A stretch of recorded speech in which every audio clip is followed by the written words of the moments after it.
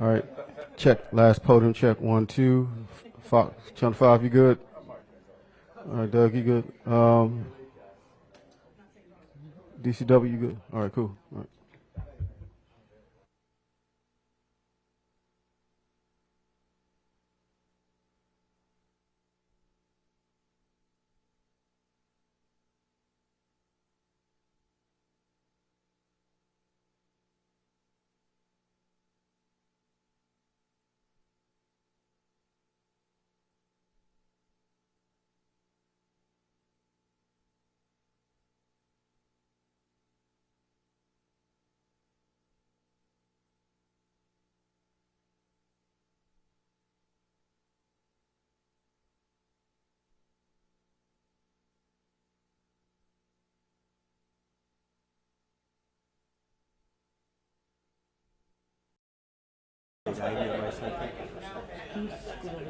You want to make sure you're in the shot. Thank you so much. Okay, I got it there. Okay, and then let me see the close up. Around there. Okay, thank you. Okay, don't bother them off, okay? Okay. Okay.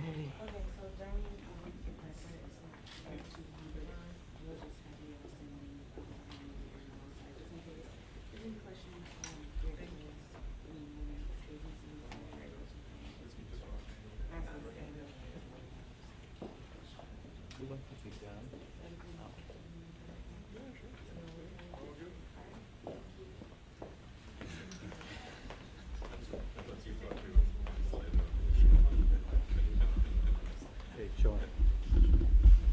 Sean, can you tell me can you tell me when she arrived? Okay, thank you. And you work there with Neil?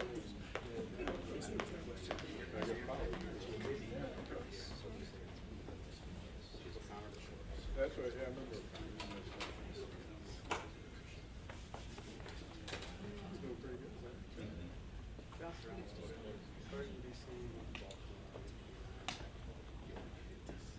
Oh, okay.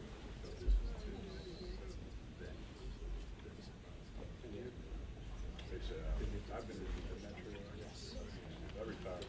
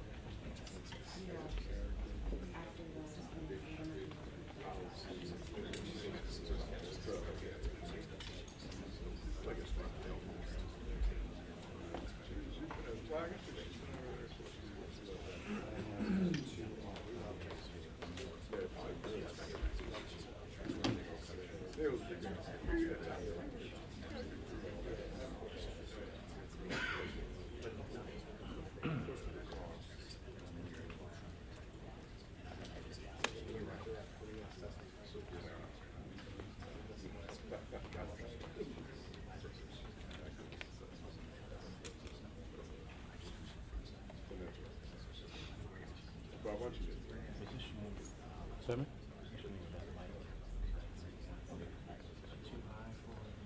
She's tall. Yeah.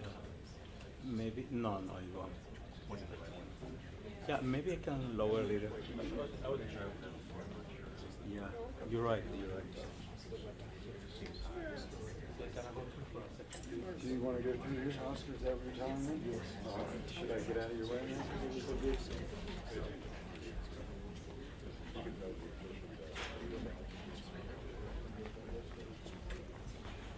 You do beautiful work.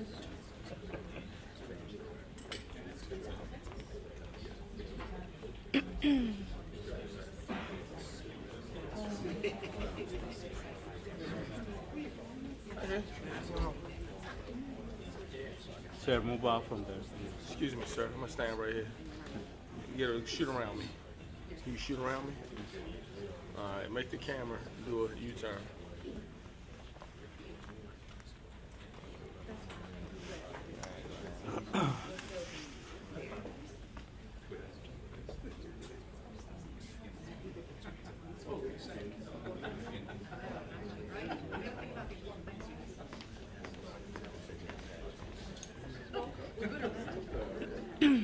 only thing is I just had, I needed more women.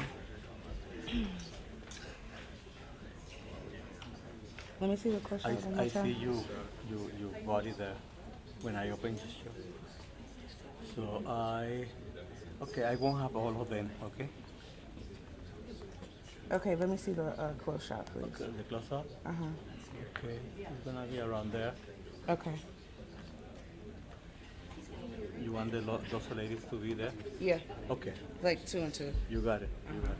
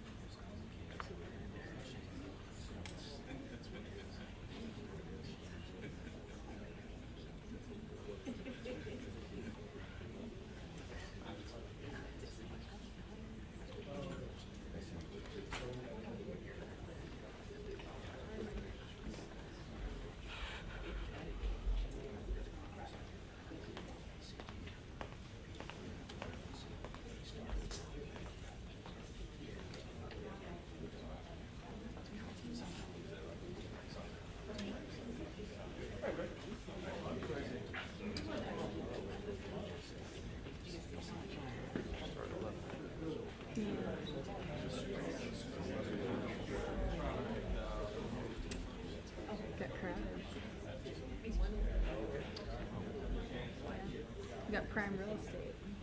Got here early. Doesn't feel like this.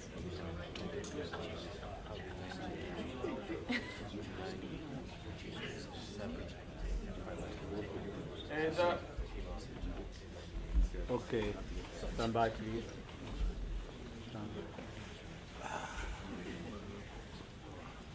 Stand by. Khalid, you have to go down one piece because I have an open show. You know I'm a stout person. My bad. You good right there? Yeah, you find it. Thank you.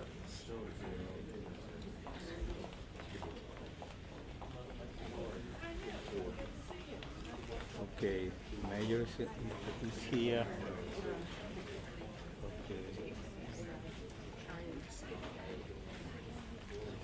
I'm recording right now. Wait. Okay, 1 second, please. Ron, intro, please.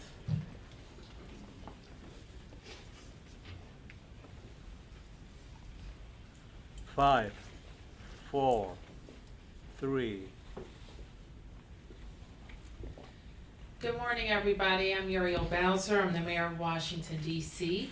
And we are located in the Marion S. Berry building and the Metropolitan Police Department's headquarters. Before I begin, I want to wish everyone a happy holiday season, especially those celebrating Hanukkah. And today we are here to talk about this space and about the future use of this space, and more importantly, the work that will happen here. I'm joined, of course, by the leader of the Metropolitan Police Department, Chief Pamela Smith, the Deputy Mayor for Public Safety and Justice for the District of Columbia, Lindsay Appiah, and I'm joined by leaders of regional law enforcement who the chief will acknowledge. And so what we are talking about today is the Real-Time Crime Center that will be located at MPD headquarters. And it will be up and running in the early part of next year in the space that is behind me. It's a new dedicated space that will be staffed 24/7 with personnel who will monitor and respond to criminal activities in real time. We talked in July when I tapped Chief Smith to lead MPD that we would be focused on every tool that we had available and those that we didn't to make sure that we are doing everything in our power to drive down crime and fill gaps not only in the law but fill any voids in our toolbox. And so this is, of course, a great opportunity for MPD to enhance the way we work with police departments around the region. You heard me say earlier this week that I am confident that we will turn crime trends down. And the reason that I'm confident is because I know that we're focused. We're focused on everything that we can do on the executive side of the House, working with the council, and working with our federal and regional partners. And you're going to see that focus and collaboration right here at the Real-Time Crime Center. So I want to acknowledge that we will be joined in this space, and some representatives are here this morning by the Amtrak Police, Arlington County Police, United States Capitol Police, Fairfax County Police, Metro Transit Police, Montgomery County Police, Prince George's County Police, United States Secret Service Uniform Division, and I'm sure I've forgotten someone, so the chief will correct me. These agencies will work in collaboration with MPD to monitor and analyze data from various sources, including CCTV cameras, emergency calls, and other technology. The Real-Time Crime Center will be supported as well by DC Homeland Security, an emergency management agency, and the DC Housing Authority. Additionally, we will continue to work with our federal partners at ATF, FBI, and the United States Marshal Service, who we work with on a daily basis. And the goal of this is to respond faster and more efficiently when crime happens in our community. And I know earlier this week, in a meeting with the DC Council, the United States Attorney spoke about the importance of sending the message of swift and certain consequences. And we couldn't agree more. And this center is going to support MPD's part in that process. And before I hand it over to Chief Smith, I wanted to provide a quick update on the public emergency I issued last month around juvenile crime. And as part of that public emergency, the Department of Youth and Rehabilitation Services has completed the renovation of an additional housing unit at the Youth Services Center, adding 10 additional beds. More than that, DYRS continues to work with the private sector to procure private shelter home beds with private shelter home providers.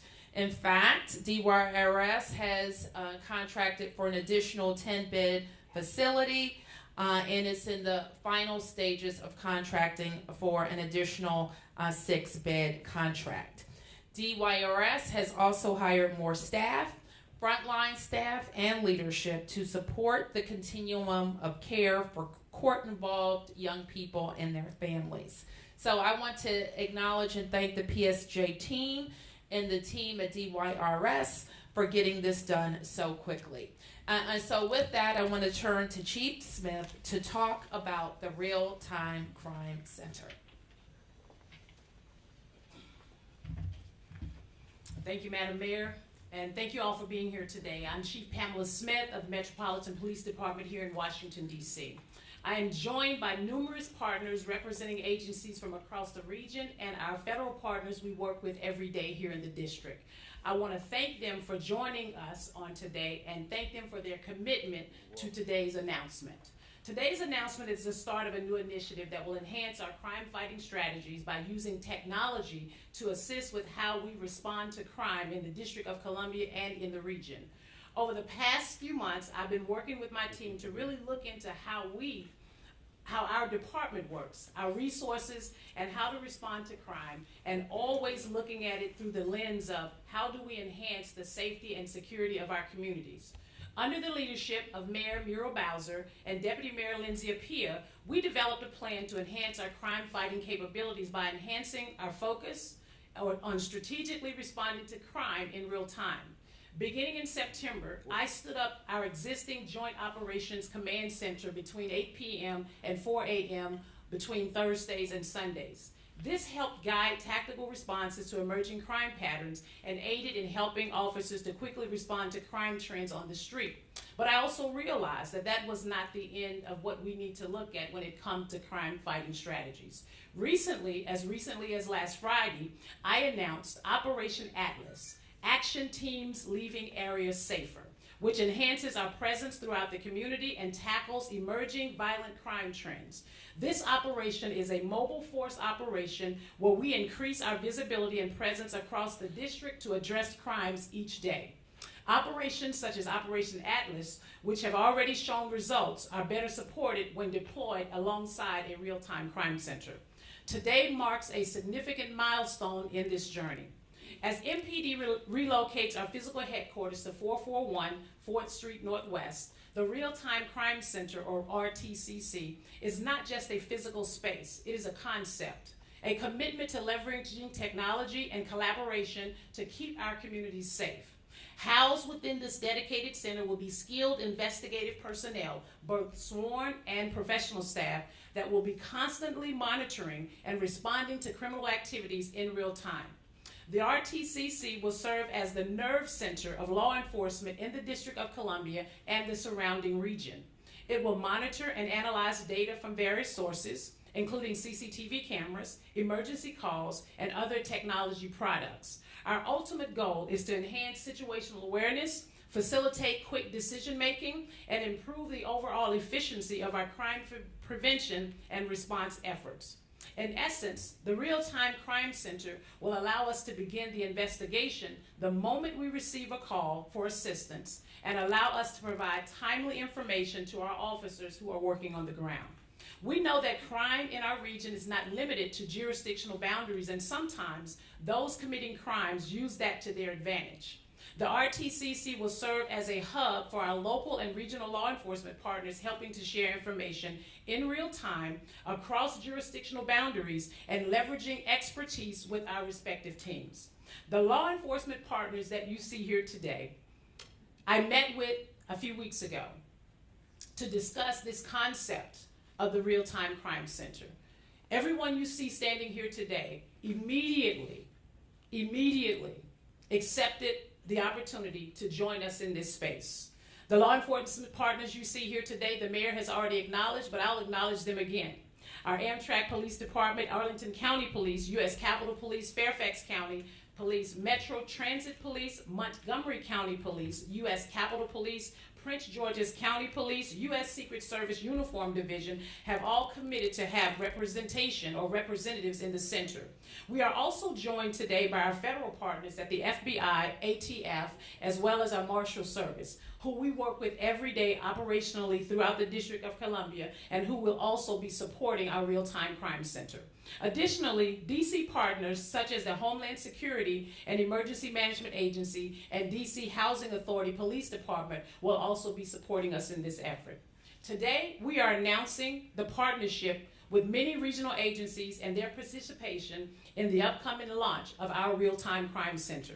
This represents a step forward for the Metropolitan Police Department and in communities throughout the Washington, D.C. region. We are committed to ensuring the safety and well-being of our communities, and the Real-Time Crime Center is a testament to that continued commitment. Thank you, and I will turn it back over to Mayor Bowser. Okay, Chief, I think I'm going to turn it to you to answer all the questions. So we'll be ready for some questions, and Chief Smith will take them. Chief, I guess first kind of a bucket of question about technology. One, can you tell us how many cameras the center will have access to in total? Will you be using facial recognition, license plate readers, artificial intelligence, shot spotter? So we currently use ShotSpotter as part of our technology today. We will not be using AI and or facial recognition. As you know, Mark, we have a total of about 300 or so cameras spread out across the District of Columbia. We utilize those cameras whenever we have First Amendment activities. Our Joint Operation Command Center, the personnel or the partnership that you see behind us, when we stand up or we have to provide support, if you will, for First Amendment activities, these partners join us currently in our Joint Operation Command Center, and we will utilize that same concept. As of today, I cannot tell you how many cameras we will have in this space. We're still in the procurement and bidding process with that. And what can you tell us about, well, this slide is gone now, but there was a slide up that had, it seemed like a lot of corporate insignias. Those insignias are pretty much the technology that we're using right now at Mark 43. I think you may see, it used to be called Spot Shutter, but now it's called Sound Thinking. And I think that's just a conglomeration of the current technology that we're using right now. And then if either you or the mayor could respond, the ACLU has put out a statement raising their concerns, in their words, calling it an alarming expansion of government surveillance with no oversight. Can you address that, and particularly the concern about oversight of the data that would be collected here? Well, I can't address that today, but it certainly is something that we will work with our legal team to ensure that that information that we do gather as far as data is accessible to the public, as we do with most data. I'm sorry. Are there areas of the city that you need cameras in that are unrepresented in the city right now? Well, I'm sure there are areas in the city that are unrepresented, but we are working very diligently with the procurement of the cameras that we currently have. And I think we have, I don't want to give the number, right? But we do have cameras that we are procuring that we will distribute across the District of Columbia. And I think the mayor agreed, and we thank her for this. I think she's announced that we will double the current cameras that we have within the District of Columbia. Chief, Yes, sir. How is this going to look? I mean, you have representatives of other agencies here. Like, will somebody from Fairfax be here 24 hours a day or just occasionally? How will it work in practice? And also, what does this give you by including others that you can't do now? Listen, what it gives me is certainly the opportunity to really, the collaboration, right? And then the opportunity for us to really have a space and place where we are collaborating in real time. I'll use for an example, on many occasions, and I'll use Prince George's County for example, there are armed carjacking suspects that are going between both jurisdictions, and oftentimes we're either on the radio or we're on a phone just trying to track those individuals. Being able to have the real-time crime center, when that call comes in, having a person or whether it's a sworn officer or a professional staff member sitting in that space or a criminal analyst, we can track that vehicle in real time, and it's a quicker response time than what we currently have right now. And so what will this look like? Will somebody from Prince George's be Absolutely. 24 hours a day? Well, we're in negotiation about how often. I think what we have to do in the beginning is look at where our current crime trends and patterns are, specifically related to violent crime, and we will determine what that will look like. Chief, question about recruitment. Yes, ma'am. If you're able to respond in real time with this new center, do you have the staff to respond to that once crime's been identified? Absolutely. We're responding to crime now. We are certainly in the process of recruiting for the Metropolitan Police Department. I think I've stated before that over the last 3 months, we've seen an increase in our recruits that's been in our recruit classes, and we will continue that effort. I will add that we are not taking personnel off of the street. And I know there was a question yesterday, and when I say the street, from patrol in our communities in order to reconfigure, if you will, our staffing in the real-time crime center. Chief, a couple of questions. Yes, ma'am. You talked about how our borders are porous. One, do you have any numbers in regards to how many of DC suspects travel to Fairfax, Prince George's, Montgomery counties? How often you had collaborated before? The second question is about a recent... Let me answer your first question. Go ahead. I will do my best to have our team provide that information for you. I don't have it right now in front of me. Was there any collaboration before this joint operation? Absolutely. With every single partner that you see in this space, we all collaborate, especially when we have our nightlife task force.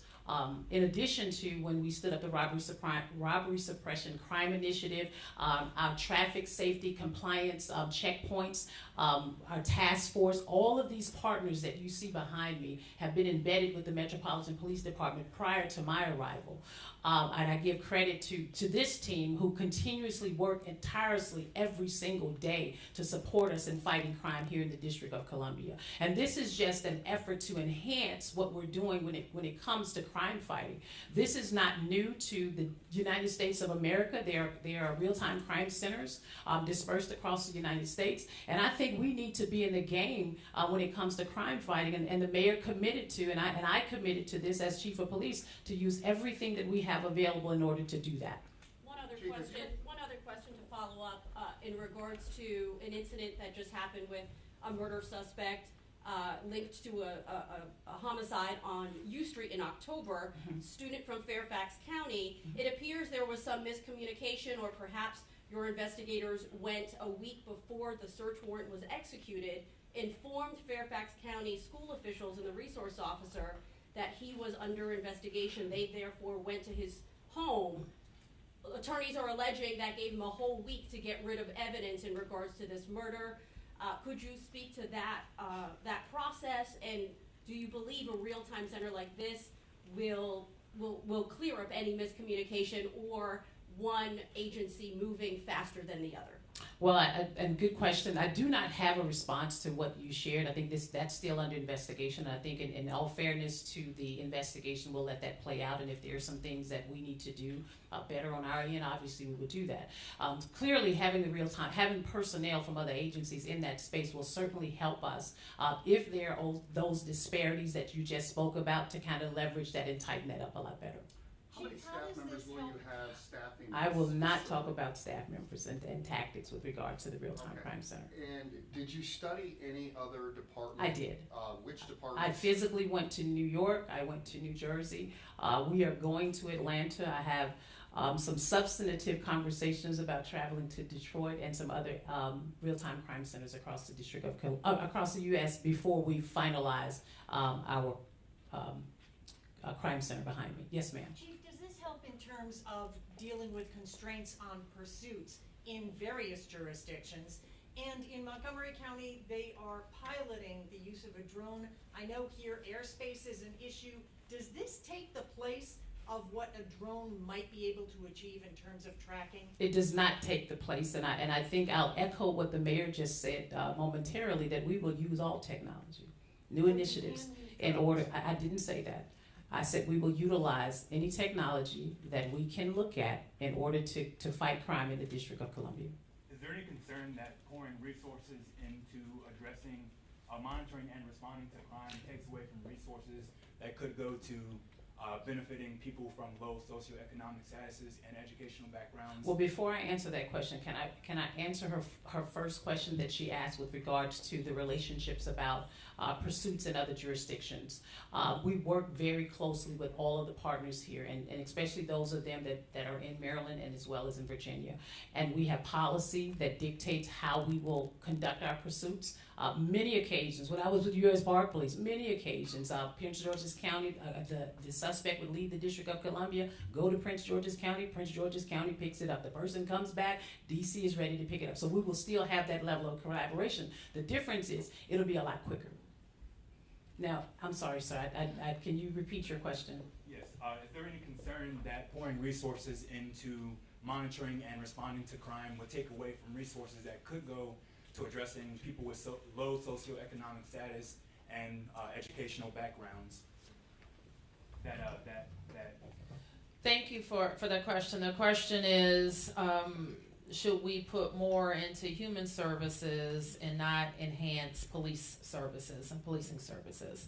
And the answer is we do a lot of investment in human services that will help our lower income residents, including having the most robust investments in public education in the history of the District of Columbia, more into affordable housing, more into job training, and we'll continue to do that.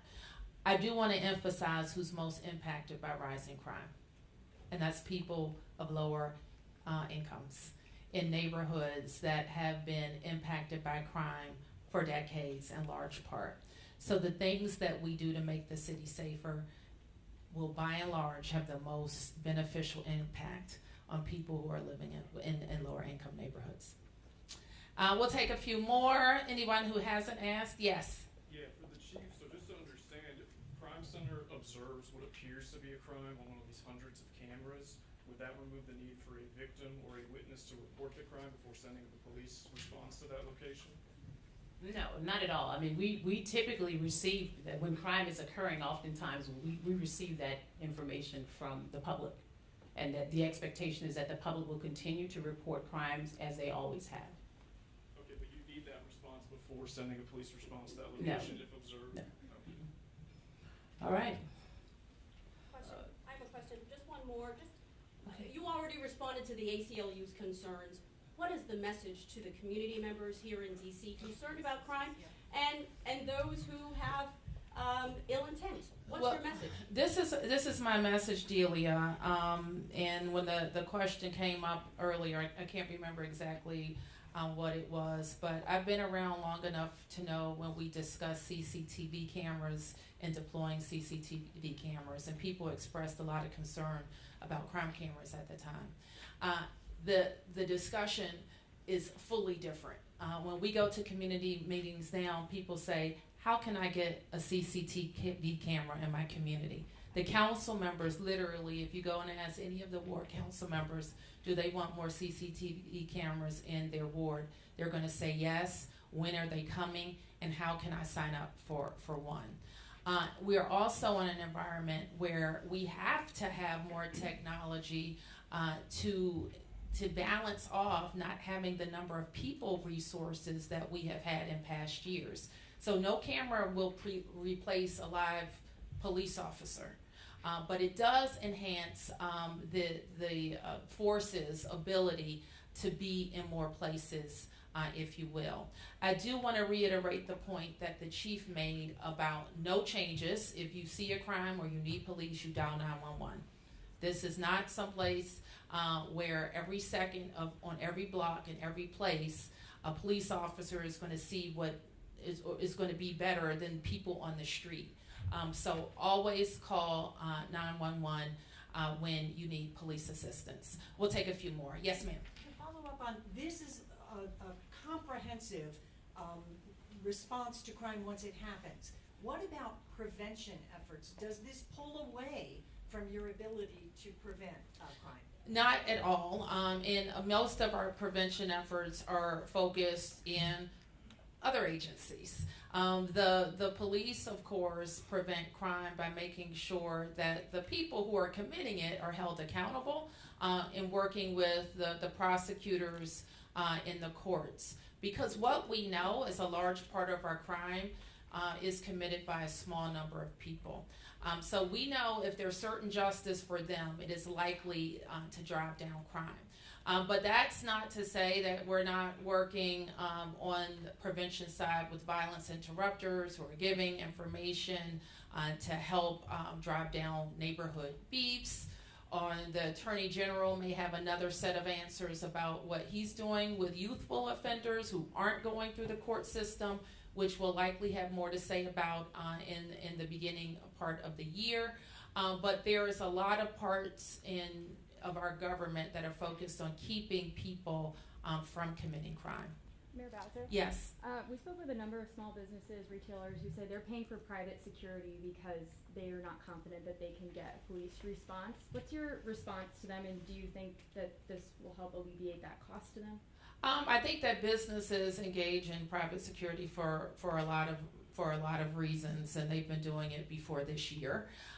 But we do think, especially, and the chief told me that there was some reporting yesterday about what we're discussing now, and she got proactive outreach from the business community that says, "Sign me up." We want to engage with this effort, and we want as many eyes on the street as possible. And I should have mentioned earlier when I talked about some differences in now and I guess 15 years ago when we were talking about CCTV, but we literally have fewer feet on the ground and eyes on the street, and just a change in commute patterns and the like. So it's really important that we replace that. Yes. One quick follow-up to what you just said about sign me up. Does that mean businesses or individual residents could sign up in a way to share in real time their home security cameras? I think the expectation is that we'll be working with our business community first and go from there. People should know, and I know we're talking about CCTV cameras now, but they're literally in any establishment that you go in, they're cameras. And what we're talking about is how to best coordinate those cameras for public safety. And I think a good part of that begins now. And I just want to be clear about Delia asked me about the message. And the message is really to people who would commit crime if they haven't gotten it already. you're gonna be on camera and you're gonna get caught.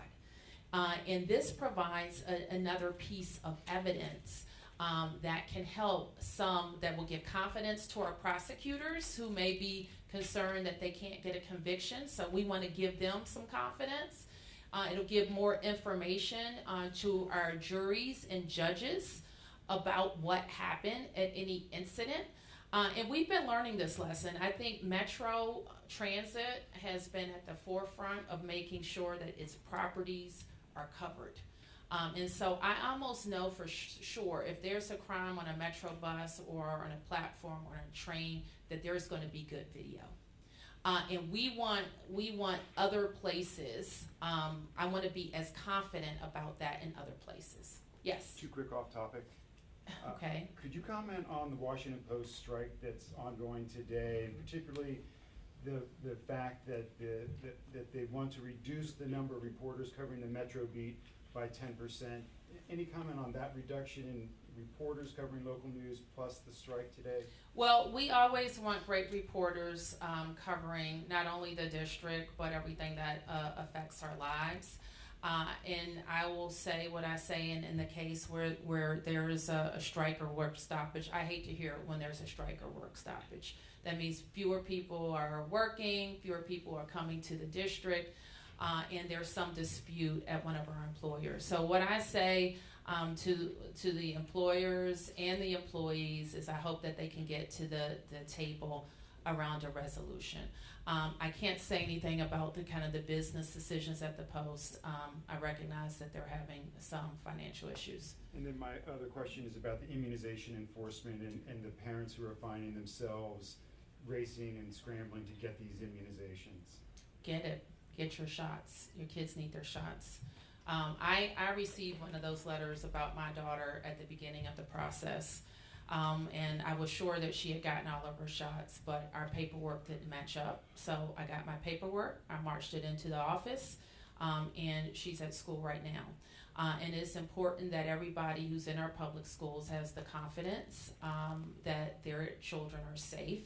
So we're asking all parents to do as is required and make sure that they're up to date on their vaccinations.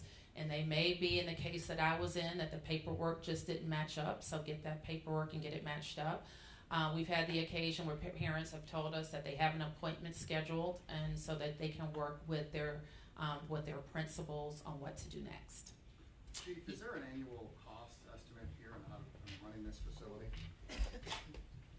A cost estimate on running the facility annually, and how much it costs to get it up and running? So we're still in the process of I think someone asked about the cameras, and still there's some things that we have to do to develop this. Today is just the announcement of the commitment from our partnering agencies here in the region and also here in the District of Columbia. And that's really what the announcement piece is today. What I will say is that the renovation of the 6th floor was in motion, I think, several years ago. I mean, I'm at the point where I'm reaping the benefits of it, and I can do something different in the space with the mayor and the deputy mayor's support with this real-time crime center. Yes. After the crime center becomes operational, I'm curious, in February, will Operation Atlas continue? Will they work together? Listen, every initiative that I've launched will continue. One of the things that I will say is that we recognize there are some things that we can do better, and I'm actually working with my team diligently, and they're actually working right now. That's why you don't see most of them here on our homicide reduction crime plan, as well as our violent crime plan for 2024. All right. Thank you, everybody. Thank you. Okay, guys. Thank you.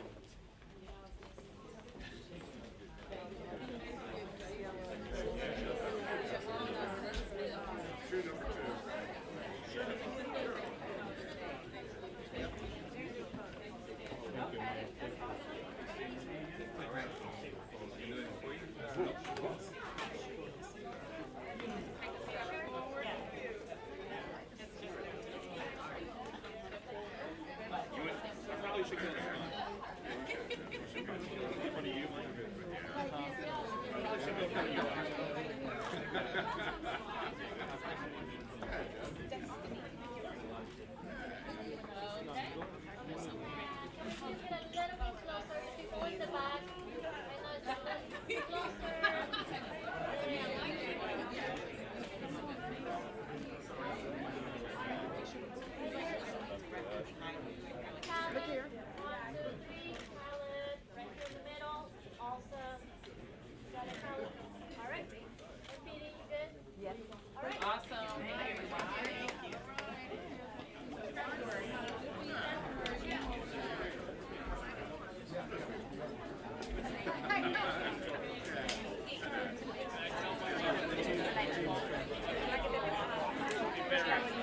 Hopkins. You may want to leave your front. Those were the two key. Excuse me, sir.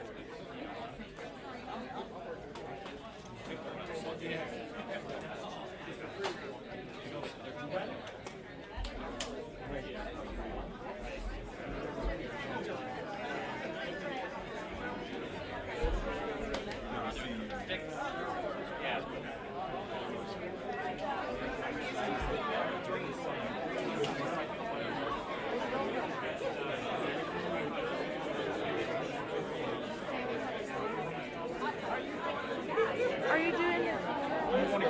Or sorry, just For the tour, over the shoulder only though.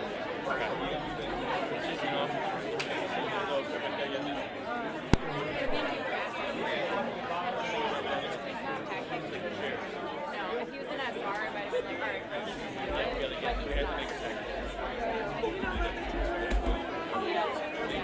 So I'm thinking that's how the day's gonna go.